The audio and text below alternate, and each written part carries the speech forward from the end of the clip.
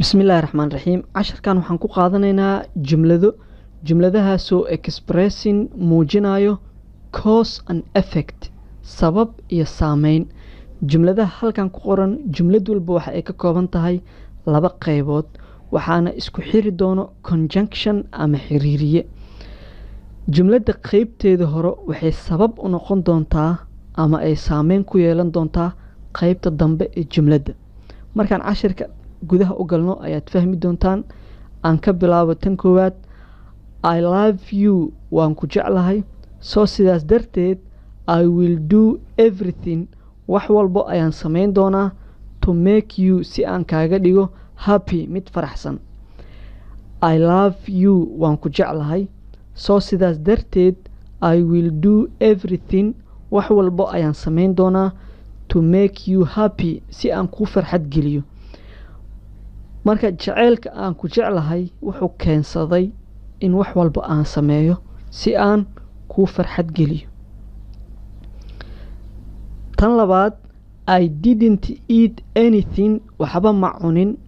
I didn't eat anything waxba ma cunin, soo sidaas darteed I'm very hungry aad baan u gaajeysanahay now hadda. marka inaanan waxba cunin waxa ay sababtay in aan gaajeysnaado ama ee baahi qabato. I didn't eat anything waxba ma cunin, soo sidaas darteed I'm very hungry aad baan u baahanahay ama aan u gaajeysnahay now hadda. tan saddexaad, we have to cancel waa inaan baajinaa the picnic. picnic waxaa lahaa in cunadaada raashinkii iyo xoogaa hore usii qaadato oo banaanka loo baxo, yacni waa iska dalxiis yaroo gaaban. marka we have to cancel waa inaan baajinaa the picnic. picnicka kaasaa la yihahdaa bixitaanka dibadda loo baxaayo in cuntada raashinka hore loosii qaato wixii la cuni lahaa oo lasoo xoogaa lasoo socsocdo. marka waa inaan baajinaa la yiri because of bad weather cimilada oo xun darteed. cimilada oo xun awgeed because of bad weather cimilada oo xun awgeed ayaan u baajinaynaa. tan afraad, I did it waan sameeyey because of you adiga dartaa. I did it because of you adiga dartaa ayaan u sameeyey. I did it waan sameeyey because of you adiga dartaa.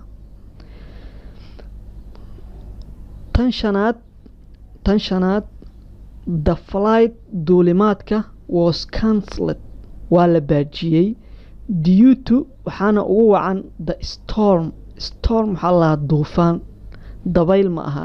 dabayl waa dabayl ama siigada ama dabaysha waxaa ingiliishka lagu yihahdaa wind, laakiin tan storm waa duufaan, waa dabayl aada u xoogan. marka the flight duulimaadka was cancelled waa la baajiyey due to waxaana ugu wacan the storm duufaanta. jumladda lixaad, I came home late. I came home late goor dambe ayaan guriga imid. I came home guriga ayaan imid late goor dambe. due to waxaana ugu wacan the traffic jam ciriiriga traafikada. jam waa ciriiri. I came home late yacni waan soo daahay ama waan soo habsaamay. I came home guriga ayaan imid late goor dambe due to waxaana ugu wacan the traffic jam ciriiriga traafikada. ereyada halkan aan ka qaadanayna marka waxaa ka mid ah love jacayl. love jacayl, so a ka mid ah oo sidaas darteed do samayn waaye. everything waa wax walbo. happy waa farxad. eat waa cun ama cunis. hungry waa gaajo ama baahi. now waa hadda. we waa anaga. anaga markaa waa waxay ka mid tahay pronounska magacoyeelada waa qaadan doonaa insha allah.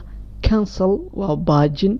picnic waa dalxiiskii yaraa aan sheegaynay, waa in cuntada hore loosii qaato meelaha lasoo warwareego. because maxaa yeelay. because maxaa yeelay waaye. bad waa xun wax xun. bad weather waa cimilada, weather cimilo, you waa adiga. marka waxaan rajeynaa in aad fahanteen. la socda cashirka xiga. guulaan ku rajeynaa. wassalaamu calaykum waraxmatullaahi wabarakaatu.